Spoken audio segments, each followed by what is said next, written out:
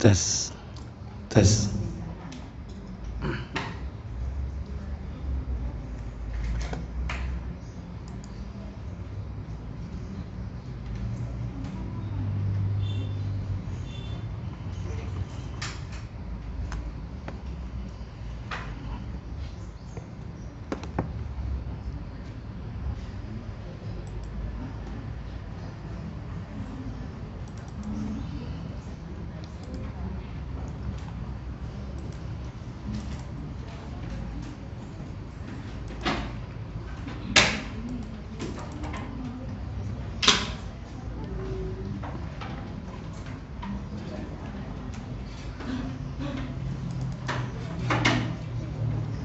Assalamualaikum warahmatullahi wabarakatuh.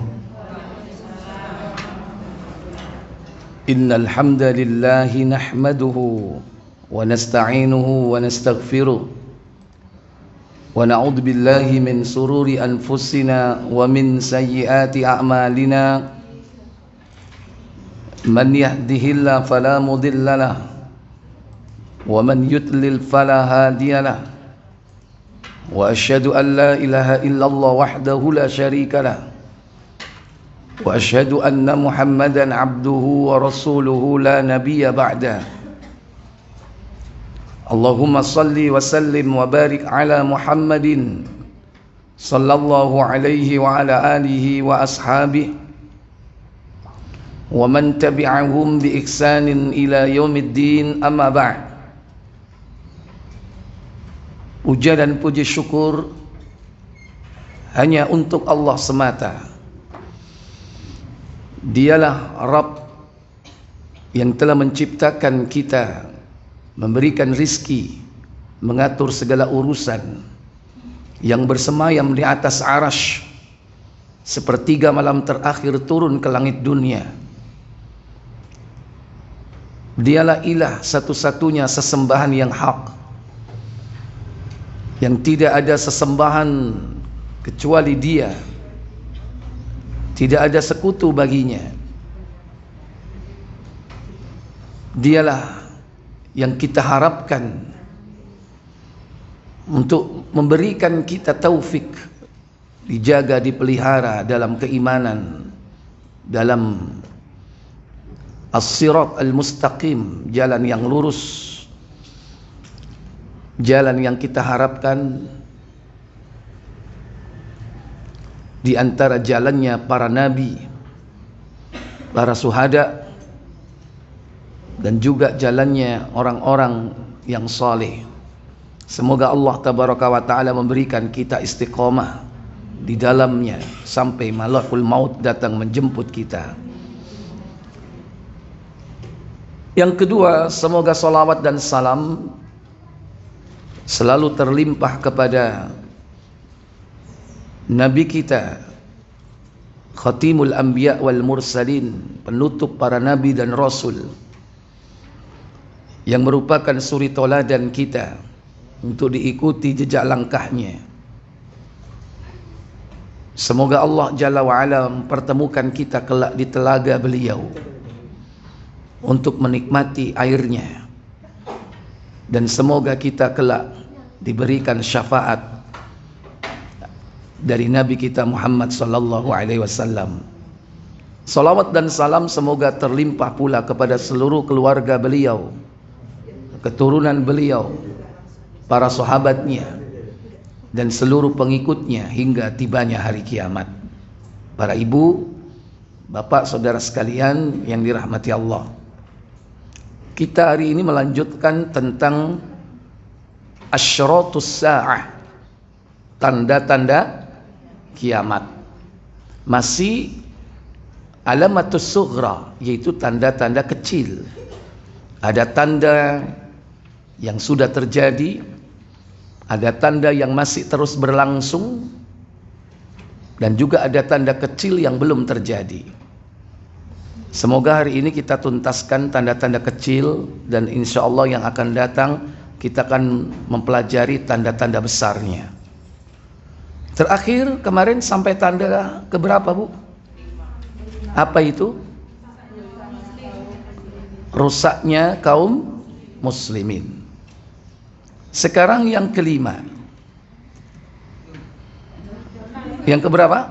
Oh, yang keenam ya. Ya, saya yang salah nomornya. Kemarin nomor 1 apa?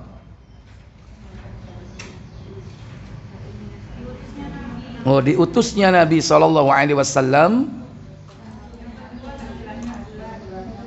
Ya.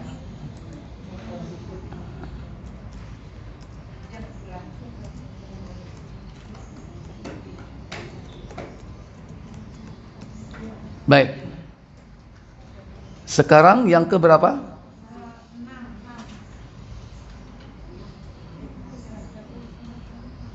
Ini yang tanda-tanda yang terulang, yang berulang, tanda-tanda kiamat yang terulang. Ya, dimulai dari tanda apa itu?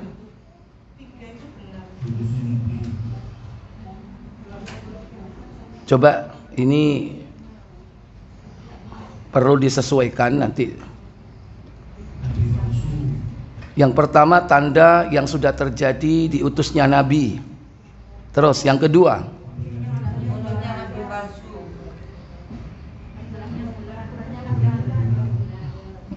terbelahnya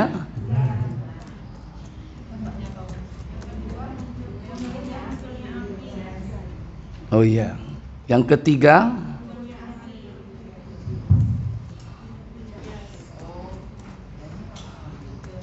di Hijaz.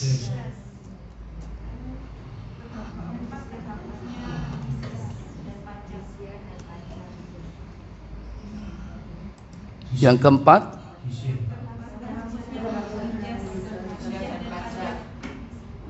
dihapusnya jizyah.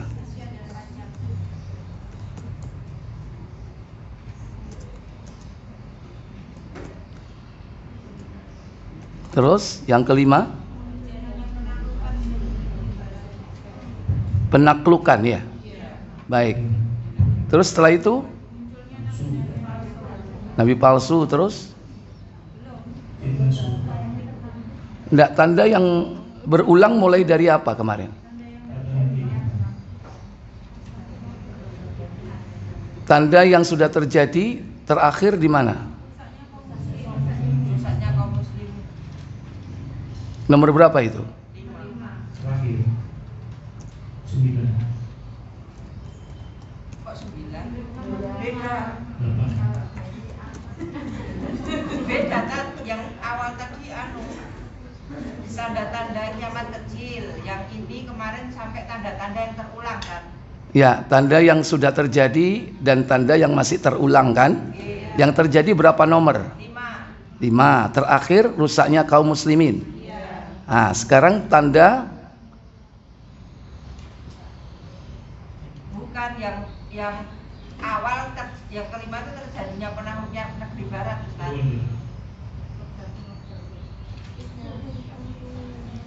sekarang tanda yang sudah terjadi, diutusnya Nabi, terbelahnya bulan, munculnya api di Hijaz, terus Terapnya siapa aja. terus Terjadinya penaklukan di negeri barat. Sudah sampai itu saja, terus Ustaz menjelaskan yang tanda yang terulang. oh ya. Baik, sekarang tanda yang terulang. Apa saja tadi?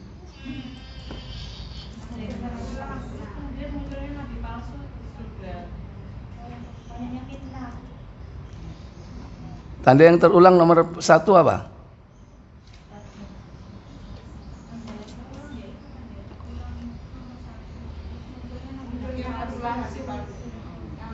Nomor 1 munculnya Nabi, benar ya? Nah, terus yang kedua, banyaknya fitnah. Terus, Menjual agama. ya, terus,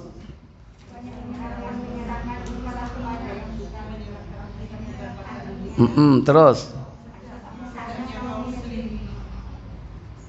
Berarti di sini.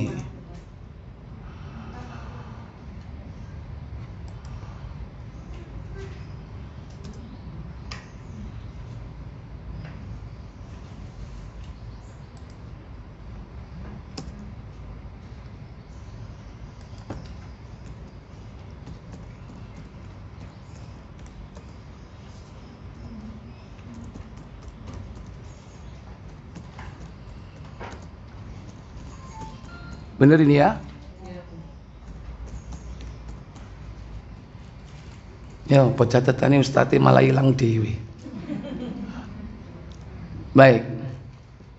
Baru rusaknya kaum muslimin. Ini sudah ya? Sekarang nomor 5.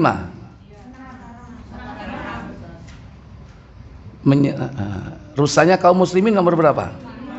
Nomor 4-nya apa?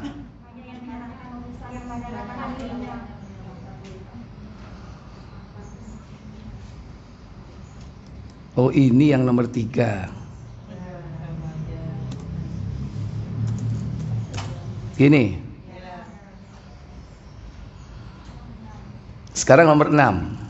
Ya, tanda kecil yang ke-6 yang berulang-ulang, yaitu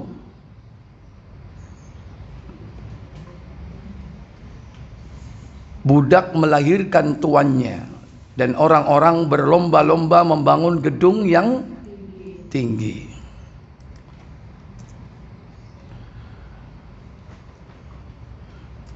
Itu dalam Sahih Muslim nomor 1.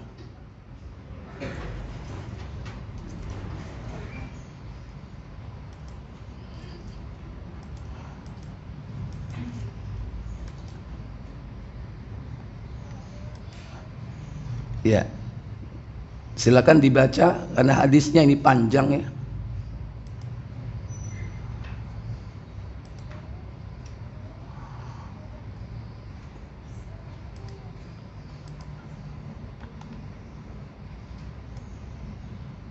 Dari Yahya bin Ya'mar.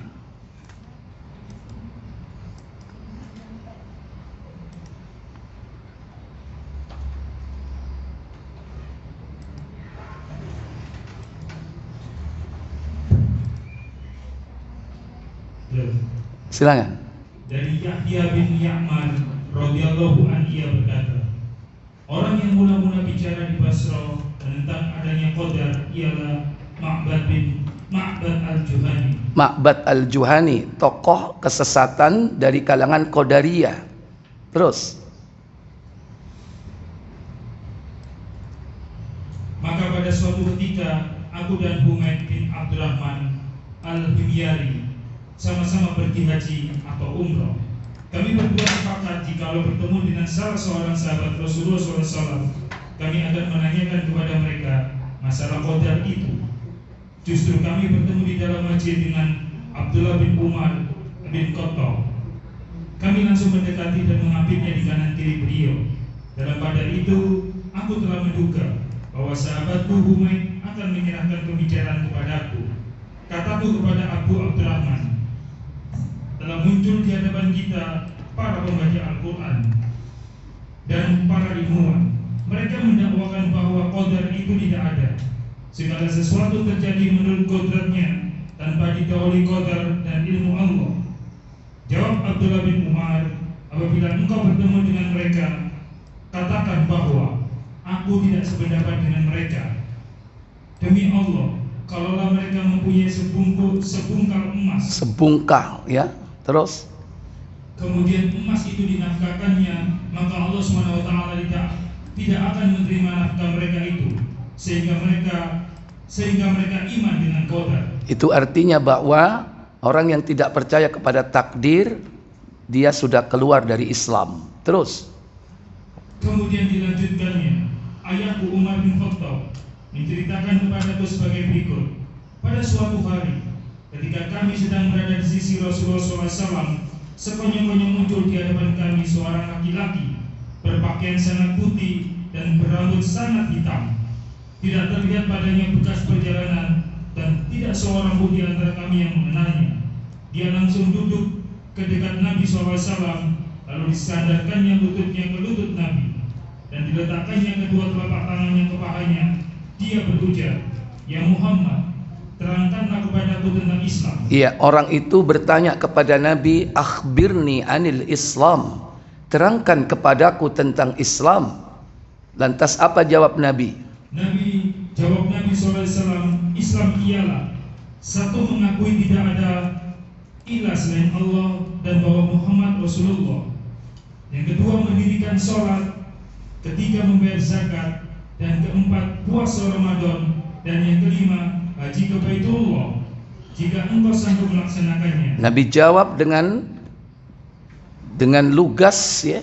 Pertanyaan orang itu, an tashhadu an la ilaha illallah wa anna muhammadar rasulullah wa tuqimas shalah wa tu'tiyaz zakah wa tasuma ramadan wa tahujjal baita in istata'ta ilaihi sabila. Kemudian apa kata orang itu? Engkau benar, kata orang itu. Sadaqta, engkau benar. Maka kata Umar bin Khattab, kata ayahku, kami heran terhadap orang itu. Dia yang bertanya, tetapi dia pula yang mengatakan benar. iya. Jadi Umar bin Khattab heran, ini orang tanya malah membenarkan. Mestinya dia kalau bertanya kan dari ketidaktahuan menjadi tahu. Kalau dia membenarkan berarti dia sudah tahu. Kemudian, terangkanlah kepadaku tentang iman. Jawab Nabi SAW, iman ialah iman dengan Allah, iman dengan para malaikatnya, iman dengan kitab-kitabnya, iman dengan para rasulnya, iman dengan qadar baik maupun buruk. ya, Kata orang sebentar. Itu ada yang terlewatkan. Coba dilihat. Pertama, iman kepada siapa? Allah. Iman dengan Allah. Terus, Iman dengan para malaikat. benar. Iman dengan kitab-kitabnya. Terus, Iman dengan para rasulnya. itu yang keempat. Terus, Iman dengan qadar baik maupun buruk. ada yang kurang satu. Apa? Iman kepada hari akhir. Itu memang terjemahnya begitu. Di Muslim terjemahnya begitu. Coba dikasih nomor 5, kemudian dikasih panah, terus ditulis di bawah atau di atas atau di samping, yaitu iman kepada Hari akhir. iman kepada hari akhirat. Baru kemudian iman kepada takdir yang baik maupun yang buruk. Ya, itu terjemahnya ditambah ya. Baik, namanya manusia kadang salah ya. Masih kurang itu tadi. Baik. Kemudian kata orang itu, engkau benar. Sodakta, kau benar. Kemudian dia berkata pula, terangkanlah kepadaku tentang ihsan. apa jawab Nabi? Jawab Nabi SAW, ihsan ialah menyembah Allah seolah-olah engkau melihatnya, sekalipun engkau tidak melihatnya, sesungguhnya dia melihatmu. Ya, ini sudah pertanyaan keberapa beliau Sallallahu Alaihi Wasallam menjawabnya? Pertanyaan ketiga. Setelah itu apa yang ditanya lagi? Katanya pula, terangkanlah kepadaku tentang kiamat. Ya, Nabi ditanya, akhbirni anis sa'ah. Terangkan kepadaku tentang kapan terjadinya hari kiamat. Apa jawab Nabi Sallallahu Alaihi Wasallam? Jawab Nabi SAW, orang yang ditanya tidak lebih tahu daripada yang menanya. Mal mas'ulu anha bi'a'lama minas sa'il. Orang yang ditanya tidak lebih tahu dari orang yang bertanya. Orang yang ditanya siapa? Rasulullah SAW tidak lebih tahu daripada orang yang bertanya. Siapa yang bertanya? Kok tahu dari mana? Oh, berarti udah baca hadisnya. Ya. Makanya hadis ini disebut dengan hadis Jibril. Ini terkenal dengan hadis Jibril, ya. Karena terjadi dialog antara Nabi dengan malaikat Jibril. Dan inilah metode dalam pembelajaran. Ada kalanya metode pembelajaran itu dengan bertanya. Sekalipun yang bertanya itu sebetulnya tahu. Karena tujuannya supaya yang lain yang belum tahu menjadi tahu. Itu salah satu metode dalam pembelajaran, ya. Yang tidak boleh itu sudah tahu tapi ngetes. Nah, itu kebiasaannya orang Yahudi. Baik, lanjut. Katanya, terangkanlah kepadaku tanda-tandanya. Jawab Nabi Jawab Nabi SAW, apabila hamba saya perempuan telah melahirkan majikannya, dan apabila orang-orang dusun yang melarat telah bermewah-mewah di gedung-gedung yang indah. Iya, inilah pertanyaan yang keberapa? Pertanyaan yang ke Islam, iman, ihsan, kiamat. Ya. Kemudian tanda-tandanya. Berarti pertanyaan yang kelima. Nabi ditanya tentang kapan terjadinya kiamat, Nabi tidak tahu. Tapi ketika ditanya akhbirni an amaratiha, terangkan kepadaku tanda-tandanya, maka Nabi menjawab dengan dua jawaban, dan ini tanda kecil. Nabi mengatakan antalidal amatu rabbataha, yaitu budak-budak wanita melahirkan tuannya. Yang kedua, wa antarul khufatal uratal alata ri'a asya yatatawaluna fil bunyan. Dan kau lihat nanti orang yang telanjang, uratal, khufatal, orang yang tidak memakai alas kaki, itu khufat, itu orang yang tidak memakai alas kaki alias nyeker. Urotal, urota di situ artinya apa? Telanjang. Yang dimaksud telanjang apa? Telanjang dada. Jadi dia itu memakai baju, pakaian cuman menutup aurat mulai dari pusar sampai lutut doang. Tapi dadanya kelihatan. Ini menunjukkan saking miskinnya.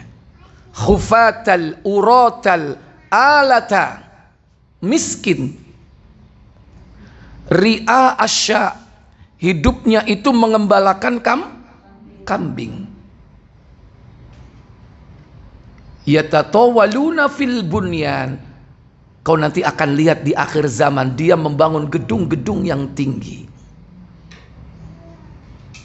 Yang pertama tadi apa? Nabi menyebutkan pertama, budak-budak wanita melahirkan tuannya.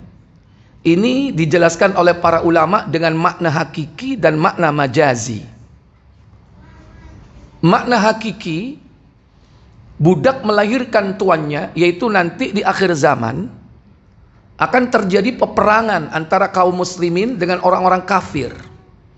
Dan orang kafir kaum muslimin mendapatkan kemenangan. Orang kafir kalah. Biasa pihak yang kalah itu kemungkinan dia dapat harta rampasan perang. Bukan hanya harta, tapi juga tawanan perang. Di antara tawanan perang itu adalah wanita. Dan wanitanya akan menjadi apa? Menjadi budak. Dan budak itu sebagai bagian dari tawanan perang. Dibagi. Nih kamu, karena yang perang banyak, tawanan wanitanya juga banyak, dibagi. Kono oleh 5, kono oleh 7. Sesuai mungkin dengan hak dan kewajibannya. Ya. Opong gerempeng yo. Ya, jadi budak ini nanti dimiliki oleh orang yang perang itu, yang ikut perang. Dan dalam Islam budak itu boleh dijima tanpa dinikahi. Karena ibarat budak itu separuh manusia, separuh hewan. Artinya dimiliki dan bisa diwariskan. Dan bisa dijual, itu budak. Makanya dalam Islam itu orang akan mulia apabila dia punya budak, dibebaskan, dimerdekakan. Apalagi dia didik budak itu dengan baik, dengan Islam, kemudian dibebaskan, kemudian dinikahi, itu derajatnya naik.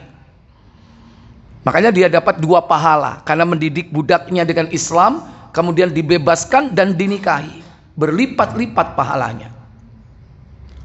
Dan ini perbudakan itu sesuatu yang universal, dari zaman ke zaman akan tetap ada sampai akhir zaman. Tidak ada satu sistem yang bisa memberantas perbudakan kecuali Islam. Kenapa? Dalam Islam, ketika seseorang itu melakukan pelanggaran hukum, banyak di antara kafaratnya yaitu bebaskan budak. Misalnya dia sumpah, kemudian dia membayar kafarat karena dia menyelisih sumpahnya. Apa? Bebaskan budak. Siang hari Ramadan, jima suami istri, bebaskan budak.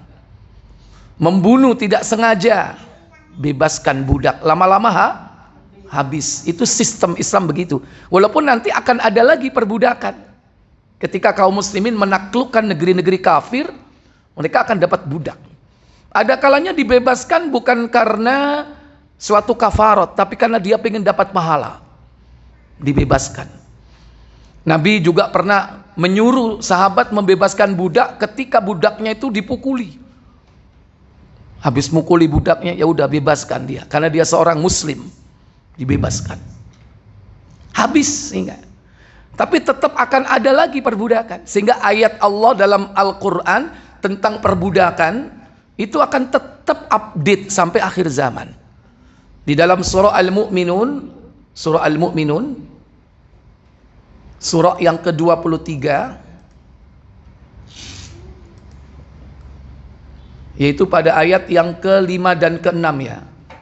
Ciri-ciri dari orang-orang mukmin itu, kata Allah Jalla wa'ala, qad aflahal mu'minun alladzina hum fi salatihim khashi'un walladzina hum 'anil lagwi mu'ridun وَالَّذِينَ هُمْ لِلزَّكَاةِ فَاعِلُونَ وَالَّذِينَ هُمْ لِفُرُوجِهِمْ حَافِظُونَ إِلَّا عَلَى أَزْوَاجِهِمْ أَوْ مَا مَلَكَتْ أَيْمَانُهُمْ فَإِنَّهُمْ غَيْرُ مَلُومِينَ. Apa kata Allah? 1-6. Boleh.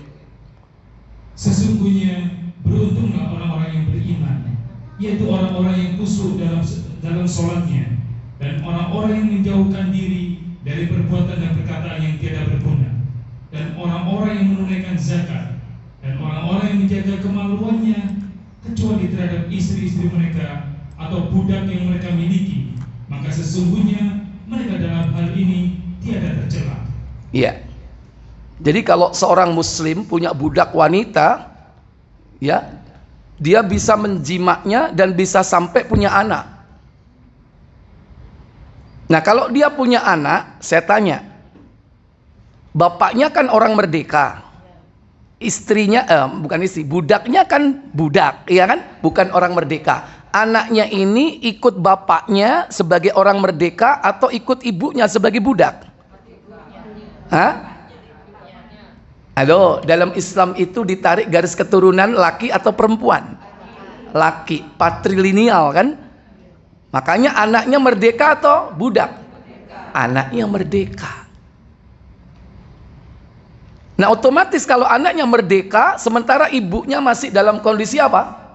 Budak. Itulah yang dimaksud. Apa? Budak wanita melahirkan tuannya. Budak melahirkan anak, anaknya jadi tuan karena anaknya merdeka.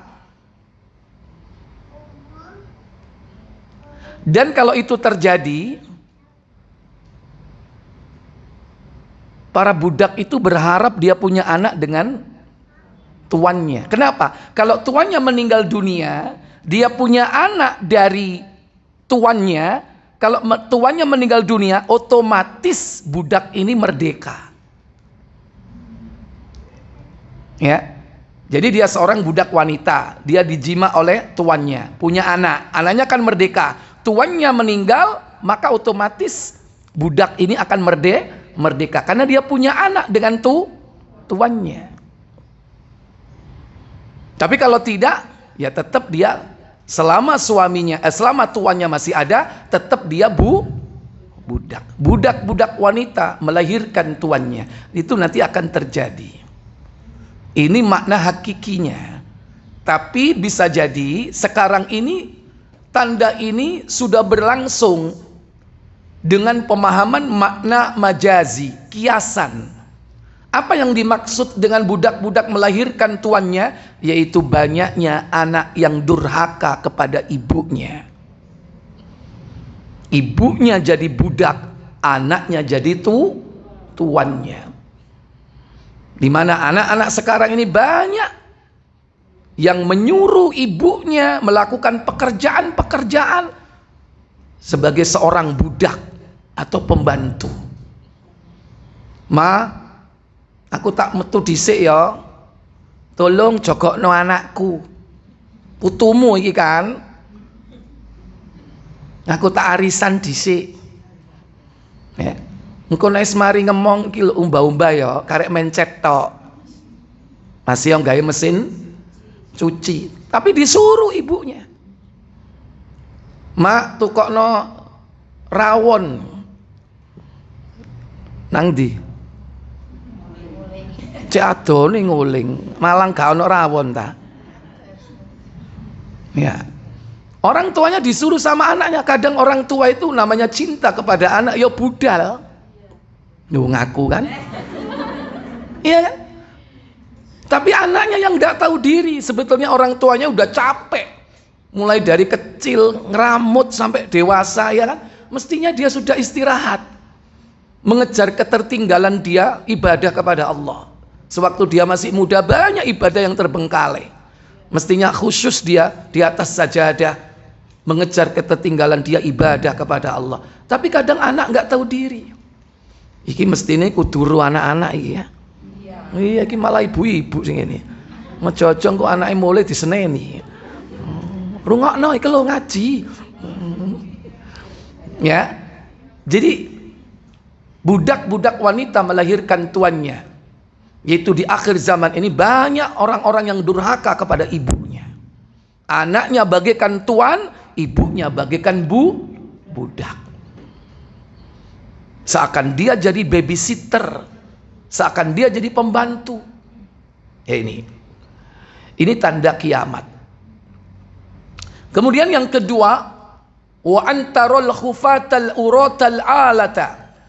Kau lihat nanti orang-orang yang dulu miskin mengembalakan kambing. Mereka berlomba-lomba membangun gedung-gedung yang tinggi. Para ulama menjelaskan bahwa yang dimaksud ini adalah yaitu orang Arab Badui. Orang Arab Badui, mereka itu nggak punya pekerjaan di tempat-tempat mereka tinggal yang paling potensial kecuali mengembalakan ternak. Kenapa? Kalau sebagai petani negerinya gersang. Sebagai pegawai ya mungkin belum marak ketika itu sebagai pegawai karena dia punya lahan luas tapi gersang. Yang hidup di sana mungkin ternak. Di antara ternak yang mereka gembalakan di samping unta yang paling muda adalah kambing. Padahal dia punya tanah yang luas. Kenapa kok mereka bisa membangun gedung-gedung yang tinggi? Setelah adanya revolusi industri, ditemukan alat eksploitasi, ternyata di perut bumi, di bawah tanah milik dia itu tersimpan harta yang melimpah yang bernama minyak. Begitu mereka bisa mengeksploitasi minyaknya, maka dia menjadi orang yang kaya raya. Sampai negerinya disebut negeri petrodolar. Sehingga banyak orang-orang kaya sekarang yaitu dari apa? Dari minyak. Ternyata tanahnya yang dia miliki itu terkandung di dalamnya kekayaan yang melimpah berupa sumber daya mineral yang hari ini dikejar oleh manusia di seluruh dunia. Makanya dengan duit yang mereka miliki, yang dapat menghasilkan emas ya, mereka apa? Berlomba-lomba membangun gedung-gedung yang tinggi. Dimulai dari mana? Yaitu ada Zamzam Tower. Setelah itu muncul Burj Khalifah yang tertinggi di negeri apa itu? Dubai. Sekarang lagi mau disaingi gedung yang tinggi di Jeddah, yang lebih tinggi dari Burj Khalifah. Sudah dicanangkan oleh MBS ya, dengan visinya 2030. Siapa MBS? Itu dia. Nanti juga di tempat lain akan dibangun gedung yang lebih tinggi lagi. Berarti sudah saatnya ini, tanda-tanda kiamat ini berlangsung, dan ini berulang-ulang. Jadi yang jadi ukuran itu ya Jazirah Arab ya. Walaupun sebelum itu sudah ada gedung yang tinggi, tapi bukan dibangun di Arab. Contohnya di mana? Menara Big Bang yang ada jamnya itu di mana? Di mana itu? London ya kan? Nah itu jauh sebelum itu sudah dibangun. Tapi yang jadi ukuran adalah Jazirah Arab. Karena di sini disebutkan orang-orang dusun yang melarat, yang mereka dengan sifat yang disifati dengan tidak pakai baju, tidak beralas kaki, mengembalakan kambing, itu ya orang Arab maksudnya. Dan ini sudah terjadi dan terus akan berulang-ulang. Dan ini merupakan bagian dari tanda kiamat. Baik. Berikutnya yang ketujuh, yaitu konspirasi bangsa-bangsa kufar memerangi Islam. Sebagaimana diterangkan dalam hadis Abu Dawud nomor 4297.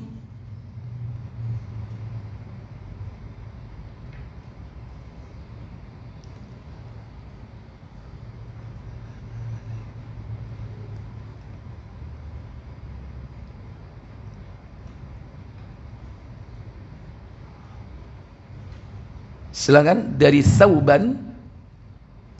Dari Thauban, ia berkata, Rasulullah SAW bersabda. Apa sabda beliau sallallahu alaihi wasallam? Nyaris saja bangsa-bangsa memperebutkan kalian, yaitu umat Islam, sebagaimana memperebutkan makanan di mangkuknya. Iya, Nabi menggambarkan dengan kiasan, analogi ya. Yushikul umam. Nyaris bangsa-bangsa. Bangsa-bangsa di sini adalah bangsa-bangsa kufar, orang-orang kafir. Antada'a alaikum, yaitu memperebutkan kalian umat Islam. Kama tada'al akalatu ila qas'atiha, sebagaimana orang memperebutkan makanan di mangkuknya. Sebetulnya bukan mangkok ya, mungkin tempat makan yang besar. Apa? Tempe. Pernah ada orang makan satu tempe berapa orang?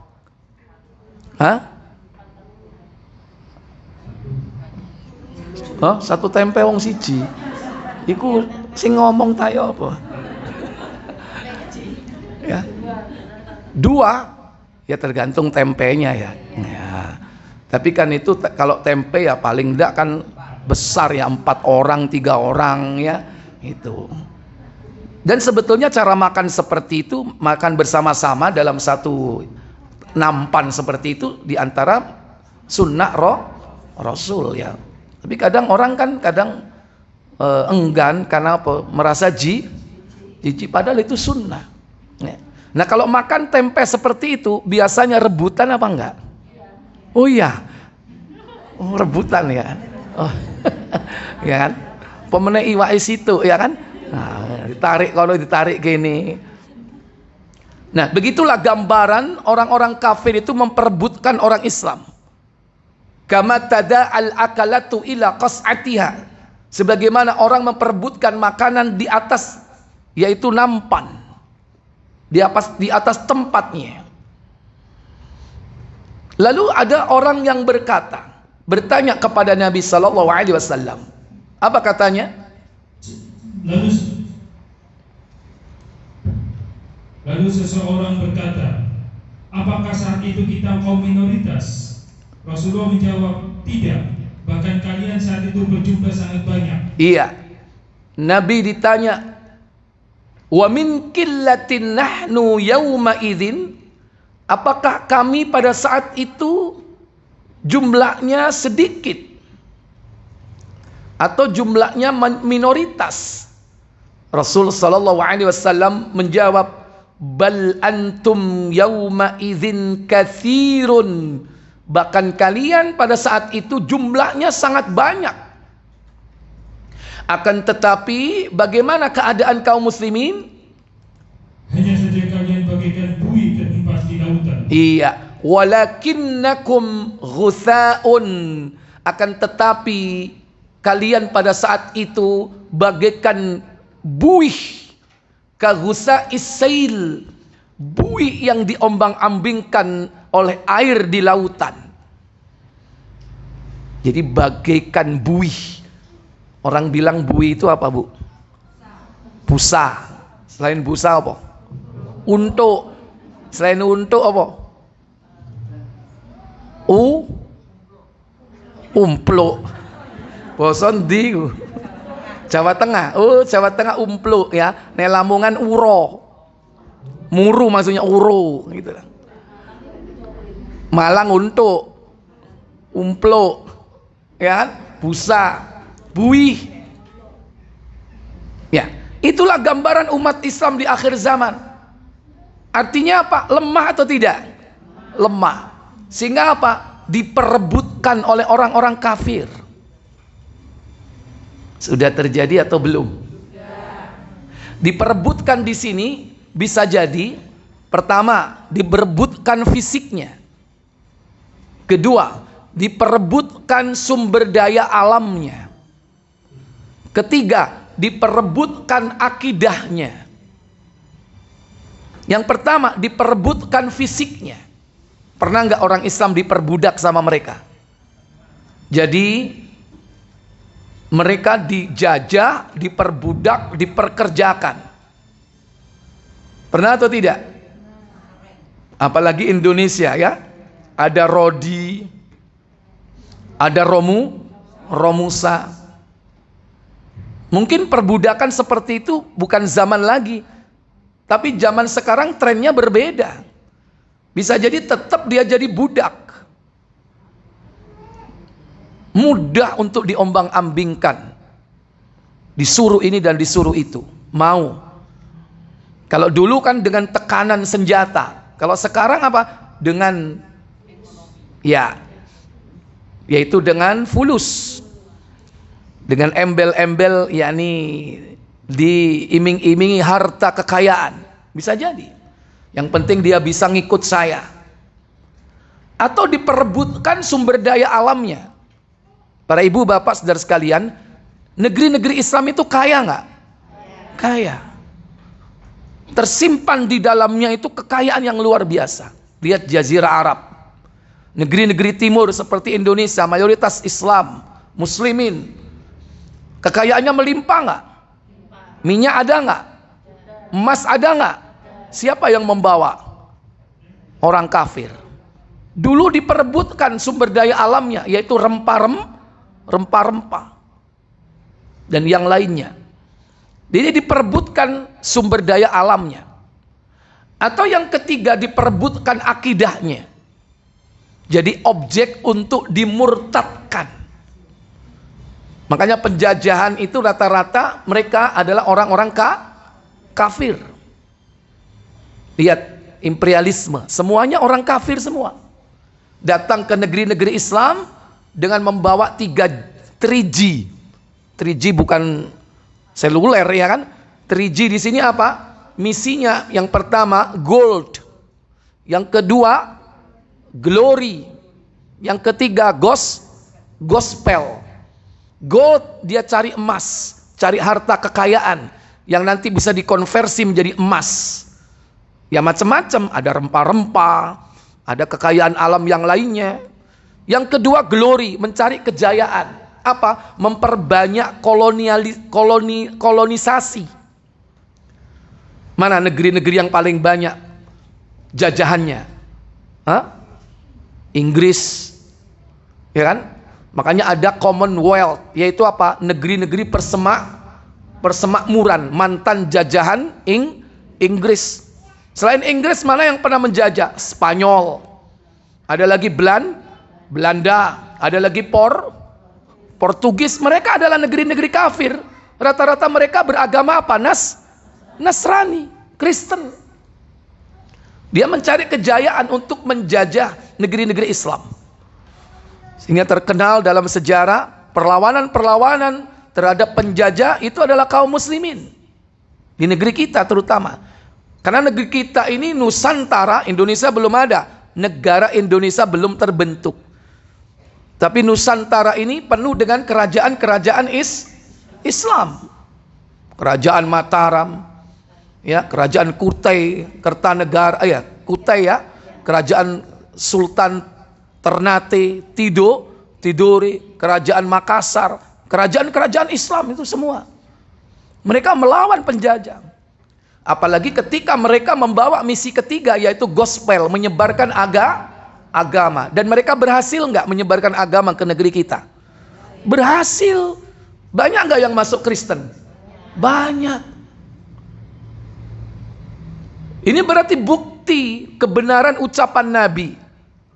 Kalian nanti akan diperebutkan oleh orang-orang kafir di akhir zaman. Kenapa itu bisa terjadi? Ketika kaum muslimin sudah jauh dari agamanya. Ketika kaum muslimin lemah imannya, lemah akidahnya, lemah kekuatannya. Kenapa kok bisa lemah? Apa kata Nabi SAW? Lanjut.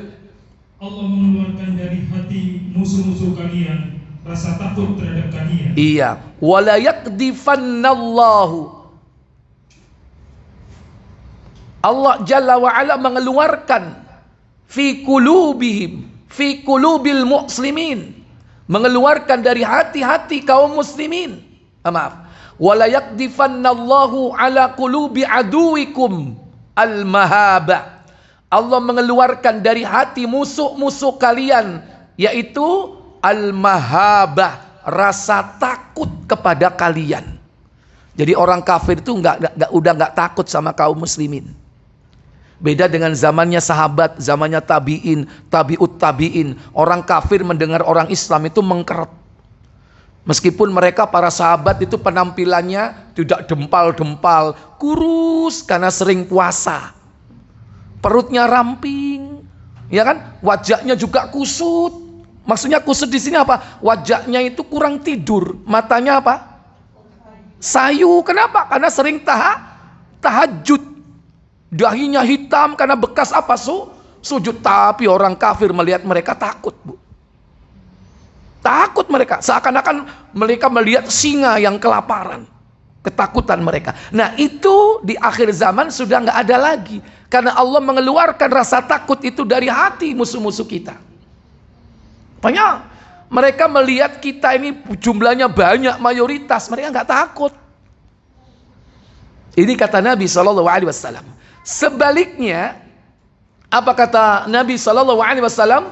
Dan Allah akan melempar kelemahan di dalam hati kalian. Lalu orang yang bertanya tadi kembali bertanya, wahai Rasulullah, apakah kelemahan itu? Iya. Kemudian Nabi SAW beliau menjawab, mengatakan, yaitu wala yakdifannallahu fi qulubikum al-wahnu. Dan Allah akan mencampakkan dalam hati kalian al-wahnu. Wahn di sini maksudnya apa? Penyakit. Penyakit kelemahan, al-wahnu. Kemudian ditanya Rasulullah, mal wahnu? Apakah al-wahnu, kelemahan itu? Kemudian Nabi menjawab apa? Rasa kelemahan itu karena cenderung mencintai dunia dan membenci kematian. Iya, al-wahnu, kelemahan atau penyakit al-wahn itu adalah hubbud dunya, cinta kepada dunia, wa karahiyatul maut, dan takut kepada kematian. Makanya orang kafir itu nggak takut sama kita. Karena apa? Kita sendiri cinta kepada dunia. gampang disogok. Kita sudah kenceng-kenceng amar ma'ruf nahi mungkar, dikai duit sak gebok wis melempem. Kenapa? Karena cinta dunia. Melempem sudah. Gampang disogok. Kalau nggak kena duit dikasih apa? Jabatan. Kalau nggak harta, tahta. Kalau nggak kena harta, tahta apa? Koru sampean. Lemah. Dan mereka tahu kelemahan kaum muslimin itu. Makanya tanda ini sudah sering berulang-ulang. Sejak kaum muslimin meninggalkan agama mereka, mereka sudah lemah akidahnya, lemah kekuatannya. Orang-orang kafir melihat, oh, gampang ini untuk menghancurkannya. Dipengaruhilah dengan harta, tahta, dan wanita. Sehingga mereka tetap dalam kecintaannya kepada dunia. Kalau sudah seperti itu, cinta kepada dunia, akhirnya apa? Dia akan benci atau bahkan takut kepada mati. Sementara lihat para sahabat dulu. Mereka itu mengikuti perjalanan jihad fisabilillah untuk menaklukkan negeri-negeri yang berbuat kesyirikan kepada Allah. Untuk membebaskan mereka dari kesyirikan. Mereka pergi ke negeri-negeri untuk membebaskan manusia dari tipu daya syaitan, yaitu kesyirikan. Mereka lebih cinta kepada kematian. Mereka yang ikut jihad pada zaman sahabat, pada zaman tabi'in, pada zaman tabi'ut tabi'in, 3 generasi emas ini, mereka itu orang yang lebih cinta kepada kematian. Kenapa? Karena mereka pengen mati apa? Syahid. Tapi sekarang orang pada takut. Jangankan jihad, ya, ditakut-takuti corona aja udah nggak pergi ke masjid. Bener nggak? Nah, jangan nanti kena corona, akhirnya nggak pergi ke masjid. Padahal ke masjid pun sudah pakai protokol, masih takut. Ada loh sampai hari ini mereka belum kembali ke masjid, masih takut. Ya, takut apa tadi? Ya ini tadi, wa karahiyatul maut, takut mati. Kalau dulu kan pedang, panah, tombak, ya kan? Jelas itu kan, kelihatan mata enggak? Kelihatan mata. Sekarang ditakut-takuti dengan yang enggak kelihatan. Kelihatan enggak itu Markona? Enggak kan? Enggak kelihatan, tapi orang pada takut, parno sampai sekarang. Padahal dia sudah selalu membersihkan tangannya, padahal sudah pakai masker, masih saja takut. Sudah jauh dari masjid. Dan ini kemenangan mereka. Ditakut-takuti dengan sesuatu yang tidak tampak. Padahal semua sudah ditetapkan segala sesuatu oleh Allah Tabaraka wa Ta'ala, termasuk kematian kita. Ikhwatal iman, a'izzakumullah. Jadi ini merupakan tanda yang akan terus berulang. Kaum muslimin akan jadi bulan-bulanan orang-orang kafir. Berikutnya yaitu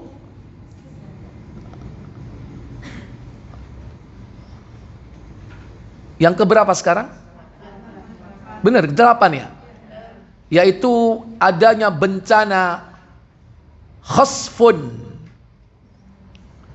qadhfun wa maskhun. Kalau dalam bahasa kita khosaf dan qadhaf serta masakh.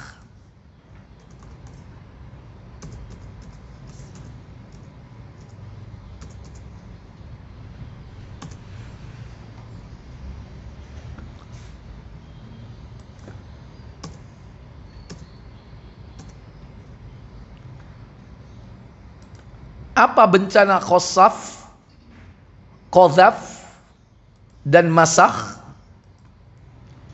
Yaitu pertama, khosaf, pembenaman ke dalam bumi.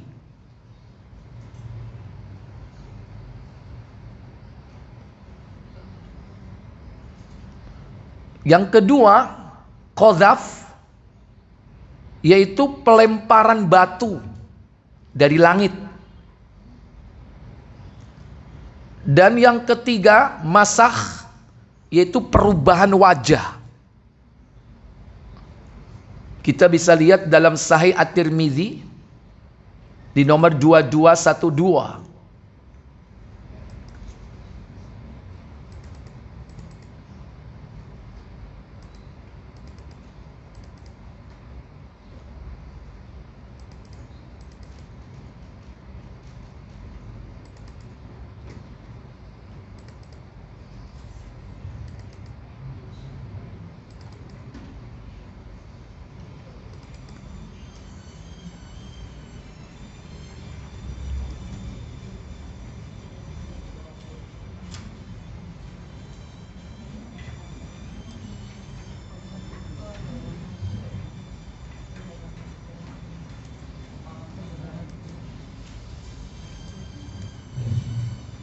Sebentar.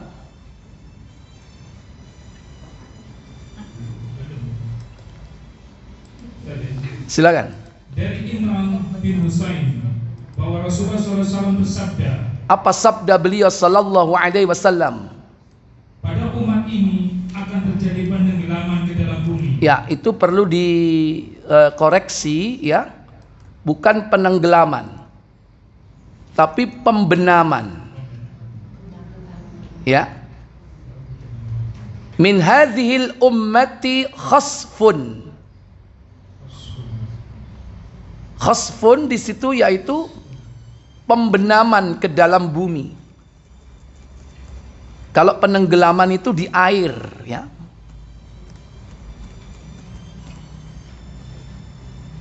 Penenggelaman itu di mana?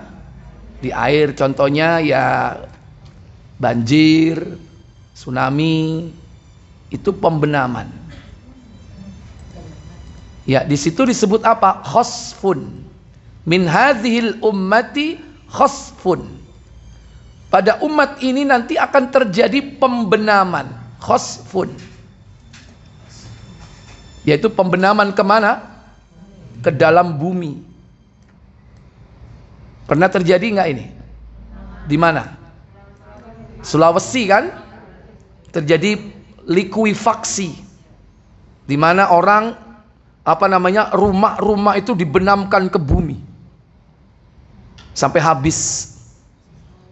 Khasfun, pembenaman ke dalam bumi. Yang kedua, wa maskhun. Apa itu?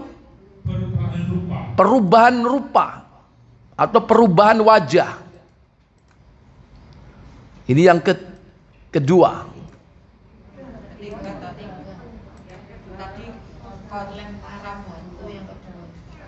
Nggak, ini menurut hadisnya di sini. Ya, kalau di sini kan judulnya, ya kan?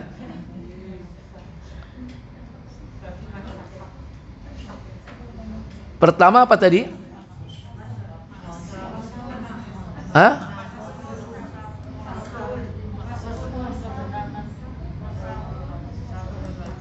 Saya urutkan aja biar enak ya.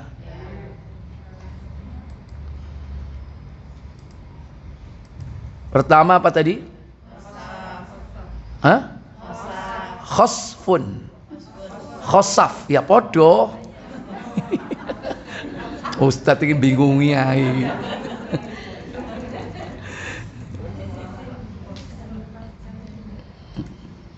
Tak urutkan sesuai hadisnya. Ya. Pertama apa? Ya, mau bahasa Indonesianya khosaf ya kan? Atau khosfun bahasa Arabnya. Khosaf yaitu pembenaman ke dalam bumi. Yang kedua, maskhun atau masakh. Apa itu? Perubahan wajah. Perubahan rupa. Yang ketiga, qadhfun atau qadhaf. Apa itu?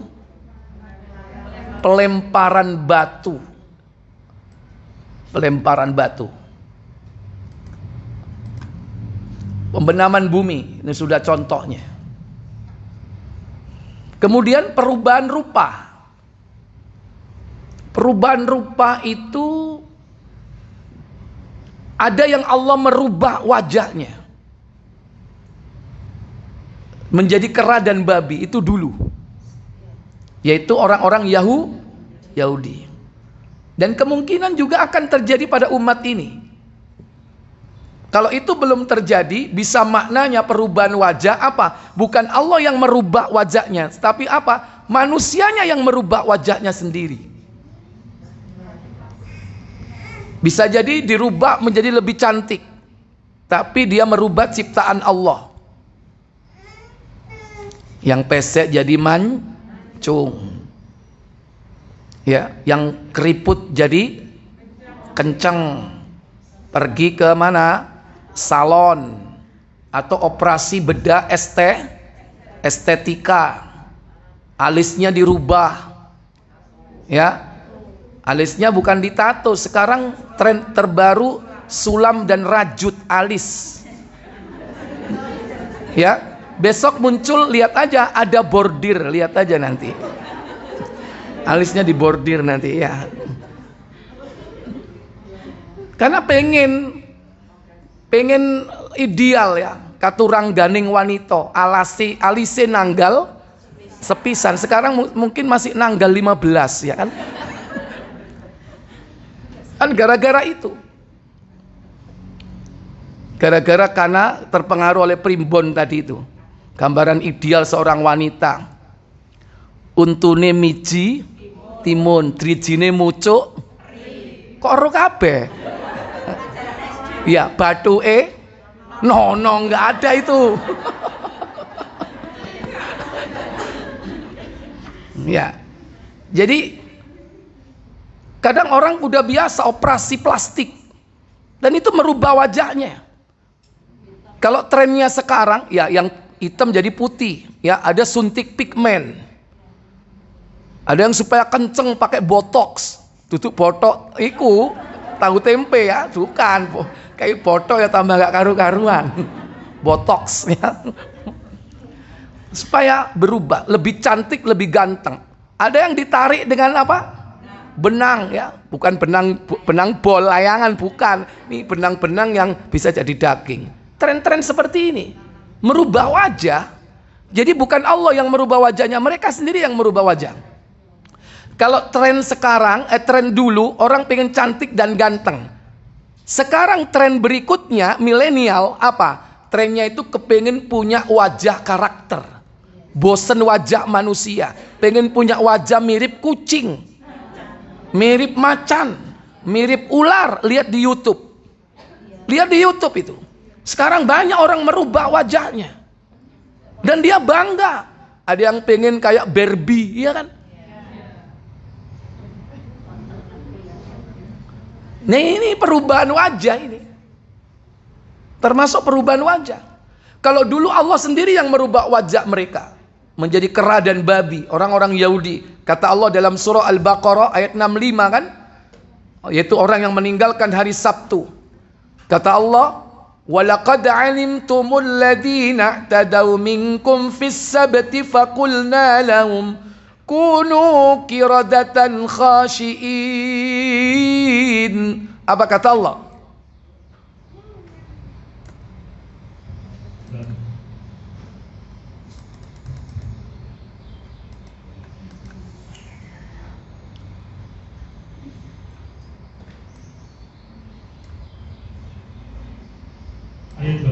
Ayat 65.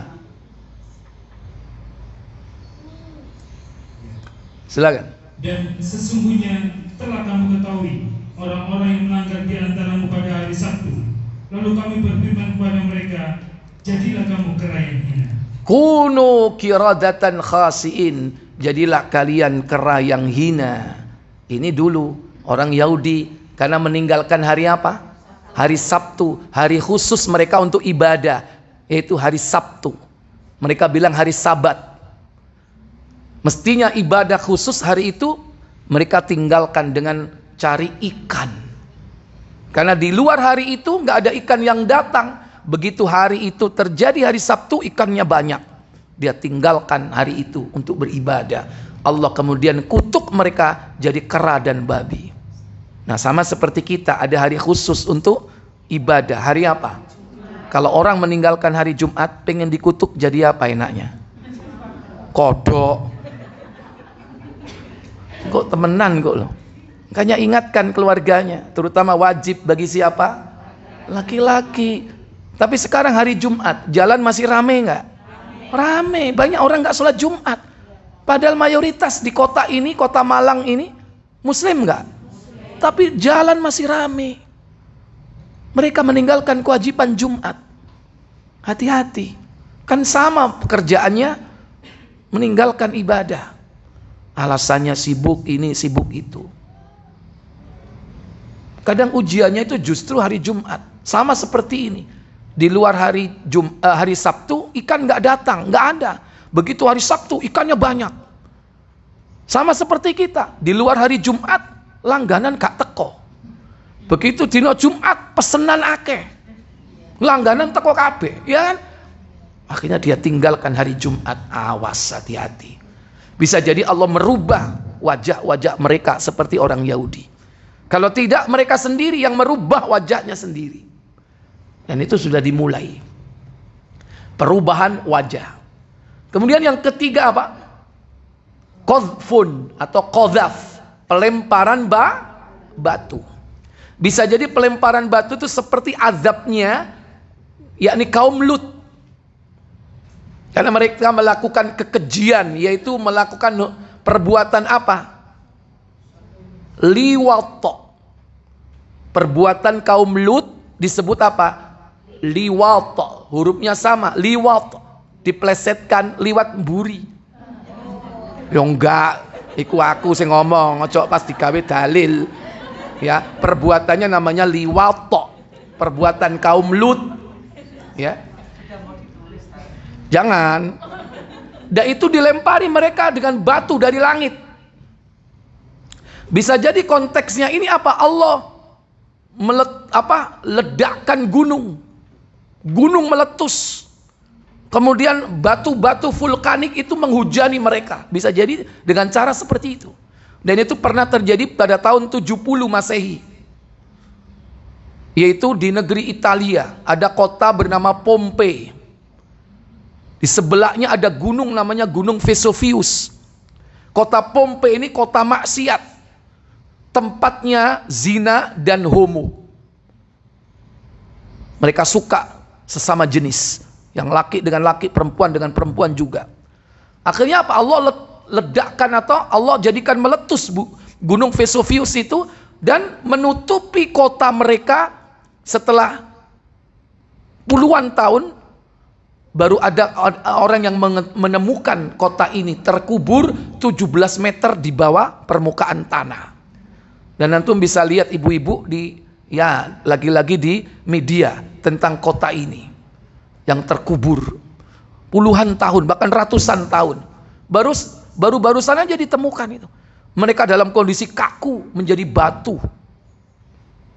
Padahal kotanya dulu hebat kotanya. Allah kubur mereka. Dan pada saat itu terkenal dengan kejayaan para gladiator. Yang mereka diadu di kolosium. Diadu antara satu dengan yang lain. Itu pada tahun itu. Di kota Italia, di negeri Italia. Ada kota namanya apa tadi? Pompei. Bisa jadi ini akan ditimpakan kepada satu kaum.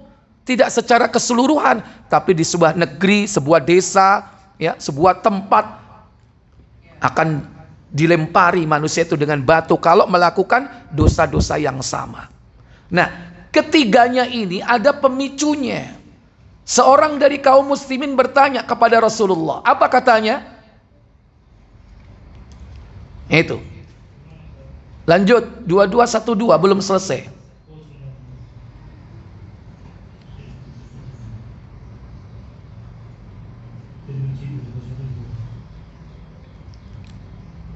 Seseorang dari kaum muslimin bertanya. Apa katanya?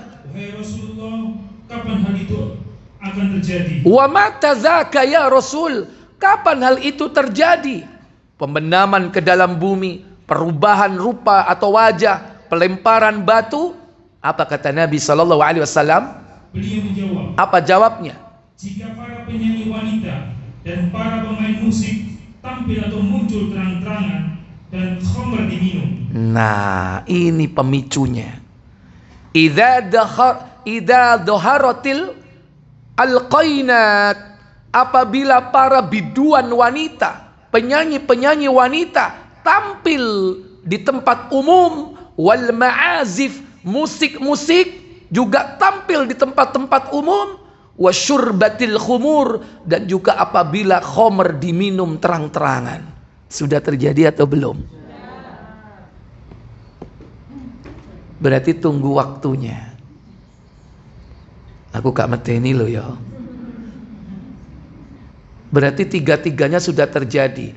Para biduan wanita, penyanyi wanita udah tampil gak di tempat umum? Berlenggak-lenggok, ya kan? Yang ngebor, yang ngecor, ya kan? Iya kan? Udah tampil di tempat umum. Wal ma'azif, dan musik-musik diputar di mana saja di tempat umum.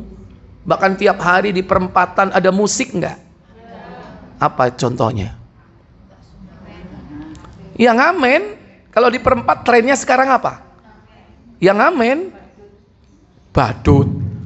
Tapi pakai musik enggak? Pakai musik. Ada lagi yang grup musik banyak orang tuh. Apa itu?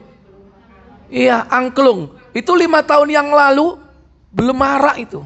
Saya tahunya itu awalnya dari Jogja, berkembang ke Jakarta, Surabaya, semakin luas di mana-mana. Grup-grup musik angklung itu kan? Iya.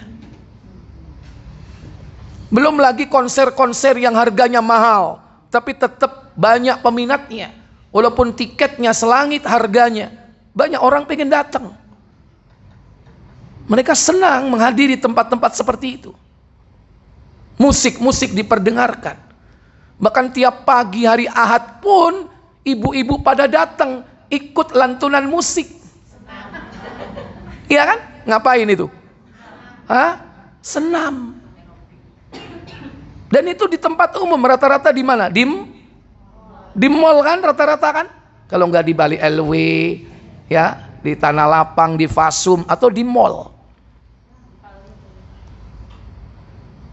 Rata-rata yang datang perempuan apa laki-laki? Perempuan. Tapi yang nganterin siapa? Suaminya. Suaminya pulang apa? Lihat. Lihat istrinya apa? Lihat istri orang lain. Yo takono bojomu loh. Dan itu syarat dengan musik. Demikian pula khamr. Khamr sekarang itu disebut dengan nama yang berbeda. Dengan alasan ini sudah 0%, gak ada alkoholnya. Atau dengan sebutan nama-nama yang lain, padahal hakikatnya adalah khamr. Dan kalau ini sudah terjadi, tunggulah saatnya. Allah akan menurunkan khasfun wa mashkhun wa qadhfun, yaitu bencana pembenaman ke dalam bumi, perubahan wajah atau rupa, dan pelemparan batu dari langit. Kemudian berikutnya yang ke-9, guncangnya nilai-nilai kehidupan. Artinya orang sudah menganggap nyawa itu murah. Orang mudah sekali menghilangkan nyawa. Itulah yang disebut bencana al-haraj, yaitu pembunuhan. Dalam hadis Tirmizi nomor 2200,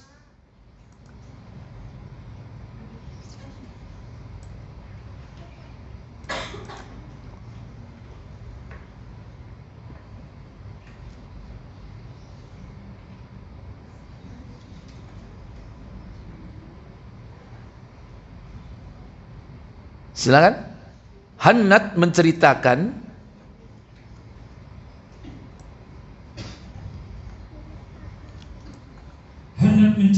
kepada kami, Abu Muawiyah menceritakan kepada kami dari Al-Masih, dari Syakir bin Salamah, dari Abu Musa, ia berkata. Apa katanya? Rasulullah SAW bersabda, Apa sabda beliau sallallahu alaihi wasallam? sesungguhnya di belakang kalian kelak ada hari di mana ilmu diangkat dan banyak terjadi araj. Iya. Inna min waraikum, sesungguhnya di belakang hari kelak, ayyaman, ada suatu saat, suatu hari, yarfa'u fiha al-ilmu, di mana ilmu itu diangkat oleh Allah. Bagaimana caranya Allah mengangkat ilmu? Biqabdil ulama, yaitu dengan mewafatkan para ulama. Ketika para ulama banyak yang meninggal dunia, ulama yang bagaimana? Ulama Rabbani, ulama yang mengajak umat kepada tauhid, kepada sunnah, kepada al-Islam, kepada jalan yang lurus. Bukan ulama yang mengajak manusia kepada klenik, kepada khurafat, kepada takhayul, kepada perdukunan, atau kepada kesyirikan dan bid'ah. Ketika ulama-ulama Rabbani itu banyak yang meninggal dunia, itu artinya musibah, bahwa ilmu diangkat oleh Allah. Sehingga apa yang terjadi? Wa yuksiru fihal haraj. Pada saat itu akan banyak dijumpai atau merajalelanya al-haraj. Kemudian ada yang bertanya tentang apa al-haraj itu. Orang-orang bertanya, wahai Rasulullah, apa yang dimaksud dengan haraj itu? Wamal haraj? Apakah al-haraj itu? Apa jawab beliau? Beliau menjawab, pembunuhan. Al-qatlu, yaitu pembunuhan. Orang sudah anggap nyawa itu murah harganya. Gara-gara rebutan lahan parkir, bacok-bacokan. Kadang masih saudara rebutan waris. Nyawa murah. Kadang hanya untuk pengen mendapatkan harta yang sedikit, dia berani membunuh orang. Kalau enggak dengan cara kasar, cara halus. Bagaimana cara halus?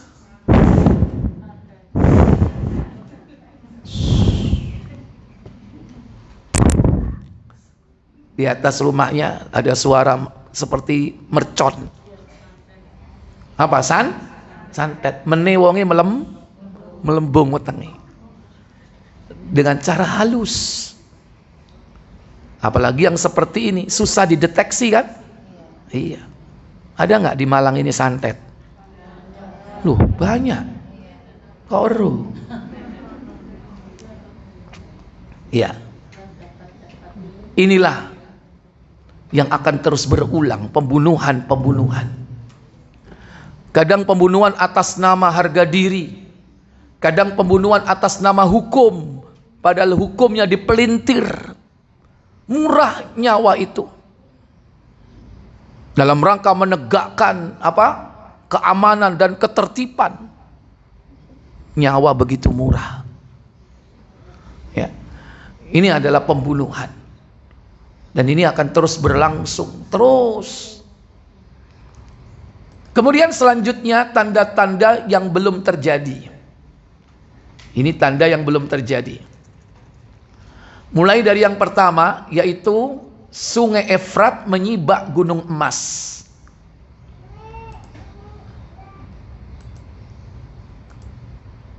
Di mana Sungai Efrat itu, Bu? Di Irak. Nanti suatu saat akan muncul di Sungai Efrat itu, yaitu emas yang bertumpuk, sehingga banyak orang berebut emas itu. Sehingga disitulah banyak terjadi fitnah. Dan fitnah yang paling utama adalah peperangan, memperebutkan emas itu. Atau jangan-jangan ini sudah terjadi ya. Sehingga kenapa Amerika itu berambisi untuk menaklukkan Irak. Jangan-jangan dia sudah tahu. Dia pantau dari atas langit, yaitu dari satelit. Ada alat canggih yang bisa mendeteksi kandungan emas yang ada di bumi. Kemudian dia diam. Dia berusaha untuk menguasainya dengan 1000 macam alasan. Penguasa negeri Irak dituduh punya senjata Kimia. dituduh macam-macam. Dan kenyataannya, maaf, punya atau tidak? Enggak punya. Itu hanya cara fitnah yang dipakai mereka untuk menguasai negeri kaum muslimin. Mayoritas Irak muslim enggak?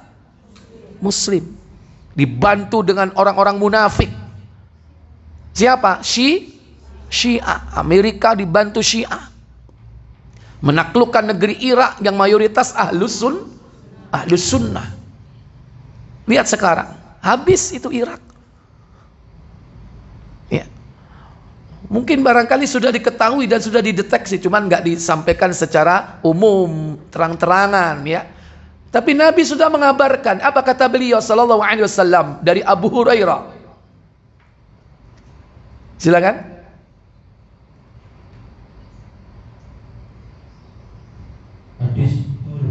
4313 Abu Dawud. Belum tadi. Astagfirullahaladzim. Afwan nih. Iya. Dari Abu Hurairah radhiyallahu anhu ia berkata. Apa katanya? Rasulullah SAW bersabda. Apa sabda beliau? Nyaris ketika datangnya hari kiamat akan ditemukan harta tersimpan dari emas di sungai Efrat. Orang yang menemukannya hendaknya tidak mengambil apapun darinya. Iya. Nabi mengatakan, yushikul furatu ayyahsiru an kanzin min dahabin. Nyaris akan datang masa ditemukan di sungai Efrat, yakni simpanan emas atau kanzun, yaitu harta simpanan berupa emas yang tersibak dari sungai itu. Makanya sungai Efrat ini tiap hari airnya surut. Semakin mudah untuk dideteksi. Karena kalau sudah semakin surut nanti akan mengeluarkan emas itu. Tapi jauh-jauh sudah harus dikuasai sama orang kafir. Faman hadarahu fala ya'khud minhu syai'a. Nabi berpesan kepada kita, orang yang menemukannya hendaklah tidak mengambil apapun darinya. Kenapa? Karena orang yang mengambil nanti pasti akan berebut dan akan dibunuh. Karena sudah ada yang mengklaim memiliki. Berarti yang mengambilnya akan dituduh sebagai pencuri. Dan mereka akan membunuh siapapun orang yang berusaha mendekat tempat itu. Karena mereka menuduh akan mengambil harta simpanan itu. Wallahu a'lam. Bisa jadi ini sudah muncul, tapi secara khusus hanya diketahui oleh orang-orang yang mengetahuinya. Bisa jadi belum muncul karena memang belum terang-terangan diberitakan di media-media, belum. Yang kedua, keluarnya kekayaan alam yang terpendam. Dalam hadis Muslim Tirmidzi 2208. Dan ini akan ada pada beberapa tempat, ya. Cuma Nabi tidak menunjukkan secara spesifik tempatnya di mana. Kalau tadi disebutkan Efrat, ya. Kalau ini kita tidak ditunjukkan di mana tempatnya. Silakan Wasil bin Abdul A'la. Wasil bin Abdul A'la Al-Kufi menceritakan kepada kami, Muhammad bin Fudail menceritakan kepada kami dari bapaknya, dari Abu Hazim, dari Abu Hurairah radhiyallahu anhu, ia berkata. Apa katanya? Rasulullah pernah bersabda, bumi akan memuntahkan potongan-potongan dari perutnya yang berbentuk seperti tiang yang terbuat dari emas dan perak. Iya. Bumi akan memuntahkan potongan-potongan dari perutnya yang berbentuk seperti tiang yang terbuat dari emas dan perak. Nabi menyebutkan secara spesifik bahwa emas itu berbentuk seperti apa? Seperti tiang, ya. Berarti besar atau kecil? Besar. Yang terbuat yakni dari emas dan perak. Beliau melanjutkan, lalu datang seorang pencuri dan berkata, apakah karena mencuri ini tanganku dipotong? Lalu datang seorang pembunuh dan berkata, karena ini aku membunuh.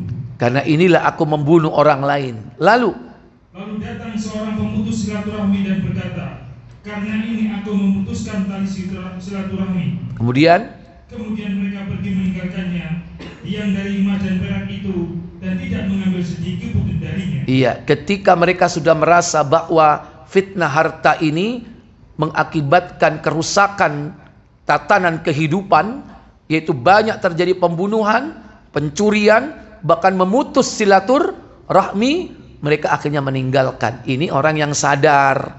Tapi kalau nggak sadar, tetap saja dia lakukan mencuri, membunuh, dan juga yang lainnya, memutus silaturahmi. Bisa jadi ini dimaknai secara hakiki, betul-betul keluar potongan-potongan emas dan perak. Bisa jadi secara makna kiasan bahwa kekayaan alam di akhir zaman itu akan melimpah, sehingga dengan kekayaan alam ini manusia akan berebut, sehingga dengan berebut itulah banyak terjadi pembunuhan, pencurian, bahkan memutus silaturahmi. Yang ketiga, kaum muslimin dikepung di Madinah. Mungkin barangkali ini belum terjadi ya.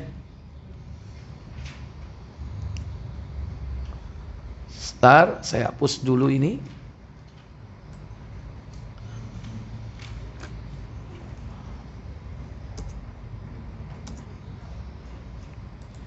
Abu Dawud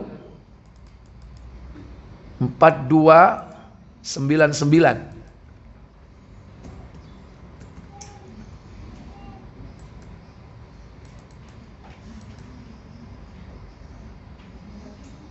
Ya.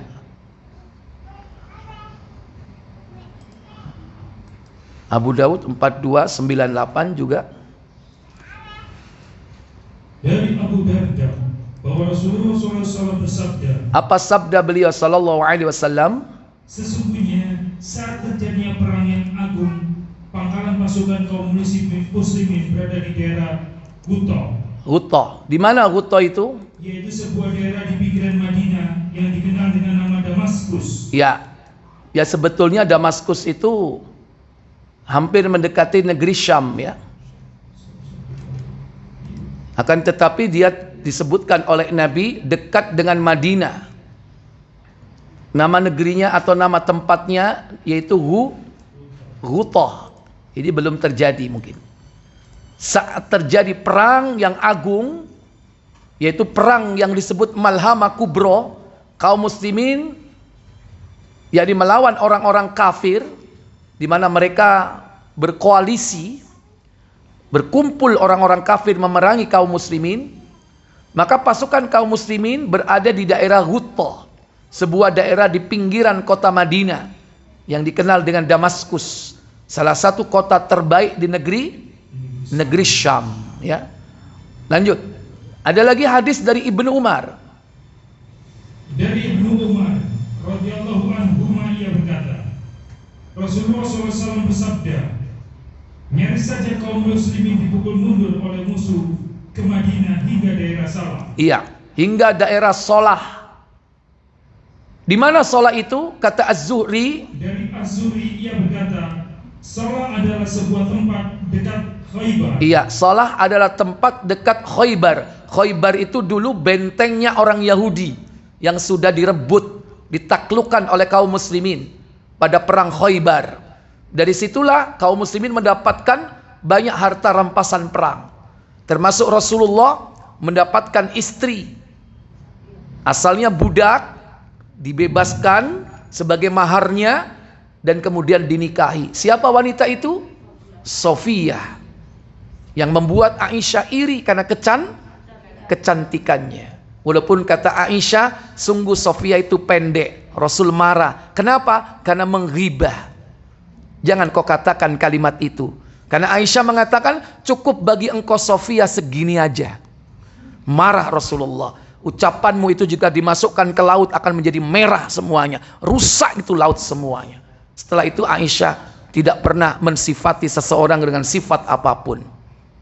Karena Sofiyah pendek, Aisyah kan tinggi. Cuman Sofiyah ini cantik karena kecantikannya ala Bani Israel, beda dengan kecantikan orang Arab. Itu salah satu istri beliau. Sudah pernah belajar Ummahatul Mukminin, istri-istri Nabi? Sedikit. Oh ya.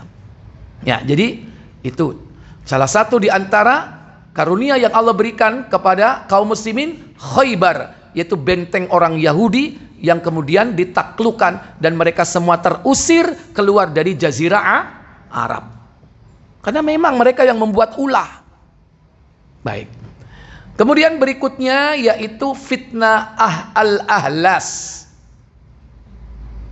Fitnah al-ahlas ini fitnah yang termasuk fitnah kekuasaan dan juga fitnah subhat, karena banyak yakni aliran-aliran sesat yang muncul.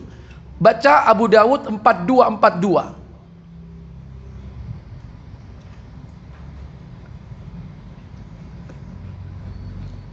Silakan.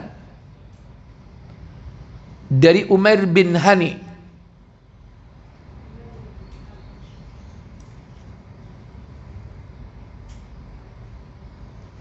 Dari Umair bin Hani Al-Ansi, ia bertutur bahwa ia mendengar Abdullah bin Umar berkata, suatu saat kami sedang duduk bersama Rasulullah SAW. Beliau berbicara tentang fitnah-fitnah dan beliau juga memperbanyak ceritanya. Sampai beliau berkisah tentang fitnah al-ahlas. Iya, sampai kemudian beliau bercerita tentang fitnah al-ahlas. Apakah itu? Maka seseorang bertanya, apakah itu fitnah al-ahlas? Rasulullah SAW menjawab, yaitu fitnah ketika orang-orang saling bermusuhan dan terjadi pertempuran. Iya. Kemudian fitnah kesenangan yang asap fitnahnya akan disuruh dari sela-sela kaki seseorang dari kalangan ahlul bait. Iya. Kemudian fitnah kesenangan yang asap fitnahnya itu yakni akan disulut dari sela-sela kaki seseorang dari kalangan ahlul bait. Ia mengaku ahlul bait Rasulullah, padahal Nabi apa katanya? Ia mengaku keturunanku. Jadi cuman hanya apa? Ngaku-ngaku sebagai keturunan Rasul. Ini termasuk di antara fitnah. Orang-orang yang ngaku-ngaku sebagai keturunan Rasul. Padahal apa kata beliau? Padahal ia bukan dariku. Wa huwa laisa minni. Dia bukan dari golonganku. Dan sesungguhnya para wali itu adalah seseorang yang bertakwa. Sesungguhnya keturunanku adalah orang-orang yang bertakwa kepada Allah Jalla wa'ala. Sementara yang mengaku-ngaku banyak di seluruh dunia ini yang ngaku jadi keturunan Rasulullah, tapi perbuatannya jauh dari yakni mengikuti Rasul sallallahu alaihi wasallam. Kemudian apa fitnah lagi? Lalu orang-orang berdamai pada satu orang layaknya pangkal paha yang bertumpu di tulang rusak. Iya, yaitu orang-orang berdamai pada satu orang. Orang-orang berdamai pada satu orang yang layaknya pangkal paha yang tertumpuk di tulang yang rusak. Pangkal paha itu apa?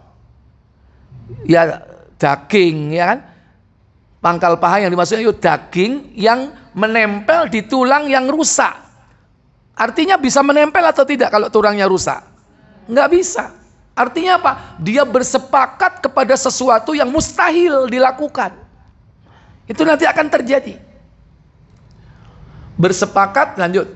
Bersepakat dengan sesuatu yang tidak mungkin dilakukan. Bersepakat dengan sesuatu yang tidak mungkin dilakukan. Mungkin hari ini kita tidak terfikirkan.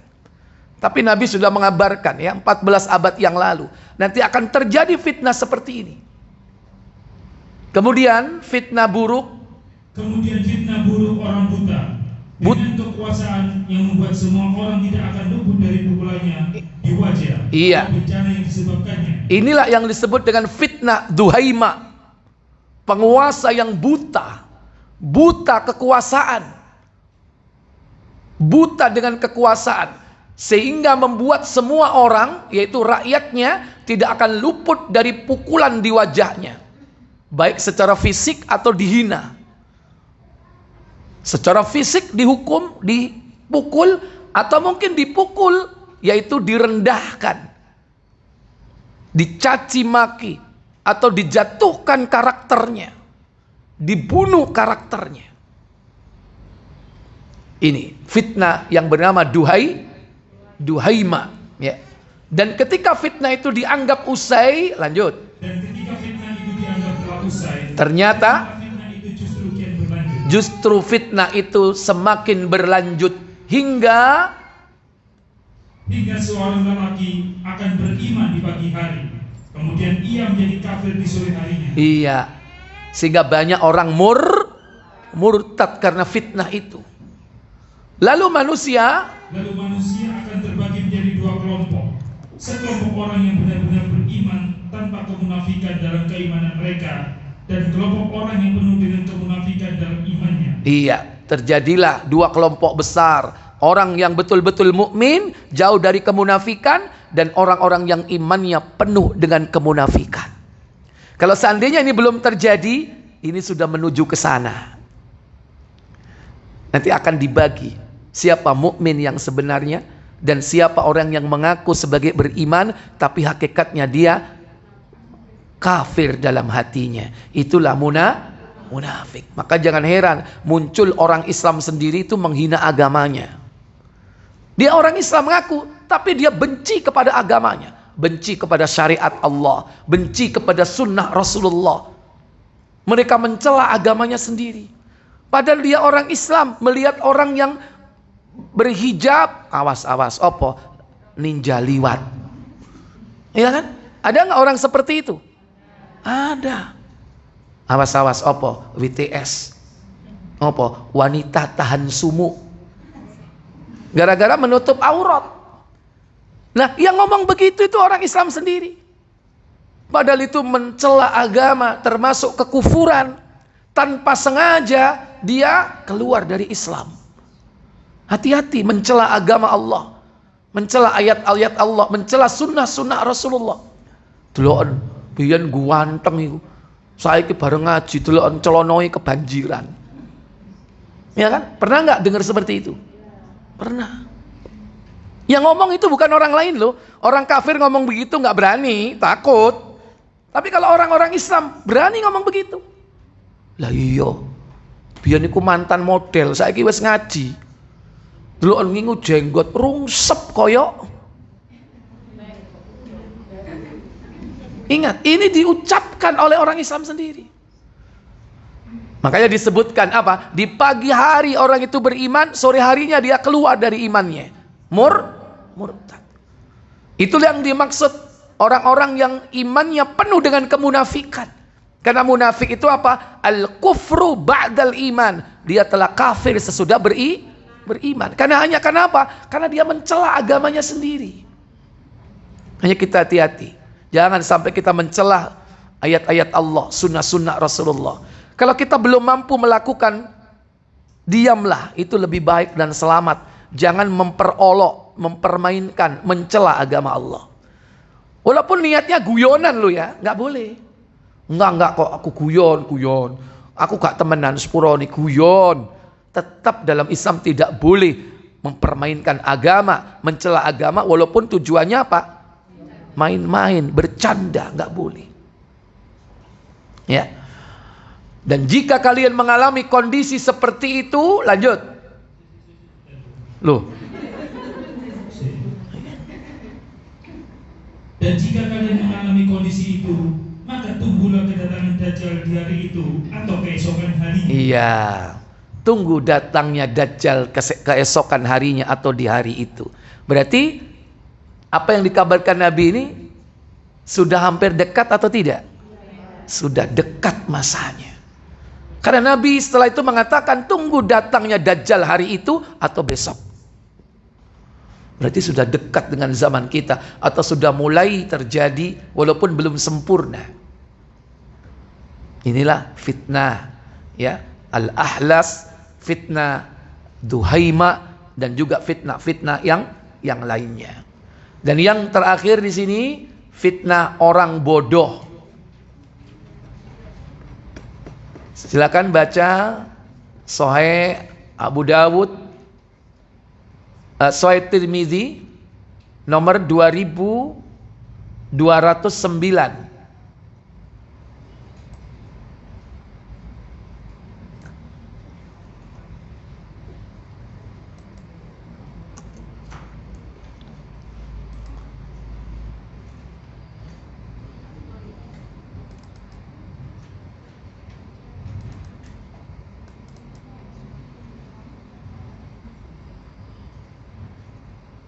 Silakan.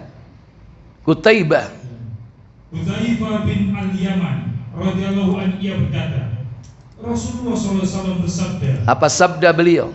hari kiamat tidak akan datang hingga orang yang paling bahagia di dunia ini adalah orang bodoh yang merupakan putra orang bodoh. Iya. La taqumus sa'atu, tidak akan terjadi hari kiamat hatta yakuna as'adan nasi, hingga orang yang paling bahagia di dunia ini yakni Luka' bin Luka'. Luka' bin Luka', yaitu apa? Orang bodoh yang merupakan putranya orang bodoh. Jadi orang bodoh ini mungkin diangkat sebagai pemimpin dan banyak pendukungnya. Nanti kepemimpinannya diwariskan kepada anaknya yang juga bodoh. Itu akan terjadi nanti. Ini pengertiannya bisa seperti itu. Atau pengertiannya apa? Ketika banyak terjadi fitnah, orang yang hidupnya aman itu orang yang bodoh. Ya, artinya apa? Orang yang tidak diperhitungkan. Mungkin barangkali dia idiot, imbisil, debil, ya kan? Orang-orang yang berketerbelakangan mental. Kalau ketika fitnah terjadi, dia orang yang diperhitungkan untuk dibunuh atau tidak? Walah wong idiot aja kok lapo dibunuh. Berarti kan hidupnya bahagia kan dia kan? Mangan turu ya kan? Dan dia putranya orang bodoh. Mungkin akalnya atau mentalnya terbelakang atau akalnya kurang. Dia hidup di dunia ini mungkin bahagia. Kenapa? Gak mikir gitu loh. Gak mikir ribut dengan fitnah-fitnah ya. Tidak ribut dengan urusan politik, tidak ribut urusan dunia pada umumnya. Karena dia adalah orang yang berketerbelakangan mental, cik soroy rek. Yang punya keterbelakangan mental ya, yaitu Luka' bin Luka'. Atau bisa diartikan yang tadi, pemimpin yang bodoh menyerahkan kepemimpinannya kepada orang yang bodoh, dan dia didukung oleh manusia, bahagia dia. Ya, karena banyak yang mendukungnya. Ini akan terjadi ya, yakni pada akhir zaman. Wallahu a'lam. Apakah ini sudah muncul ataukah tidak? Yang jelas apa yang disampaikan oleh Nabi ini hak, yaitu benar. Berikutnya yang merupakan tanda kecil atau alamatus sughra yang terakhir, yaitu munculnya Imam Al-Mahdi.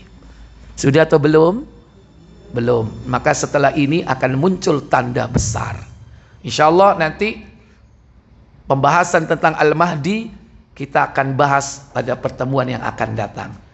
Karena ya, kenapa? Maksudnya akan datang itu setelah Ramadan. Iya kan? Nanti Ramadan tema lain. Apa tetap lanjutin ini? Ya terserah, nanti coba dibicarakan ya sama panitia, ya kan? Mungkin barangkali ustadz-ustadz yang lain sudah banyak bicara tentang Ramadan, ya kan? Mungkin kita lanjutkan ini, terserah. Atau mungkin kita nanti bahas tentang Ramadan juga terserah. Siap ya. Jadi ini nanti yang jelas yang akan datang yang akan kita bahas. Karena ini membutuhkan 1 kali pengajian untuk membahas Al-Mahdi. Ya. Wallahu a'lam. Kita tutup dengan kafarat majlis. Subhanakallahumma wa bihamdik asyhadu an la ilaha illa anta astaghfiruka wa atubu ilaik. Wassalamualaikum warahmatullahi wabarakatuh.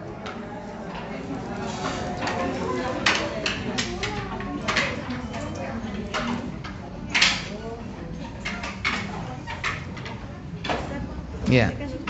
Jadwalnya kan tanggal dari Sabtu ini ya, 1 Ramadan. Iya. Dia melanjutkan ini aja nih. Oh nggak apa-apa.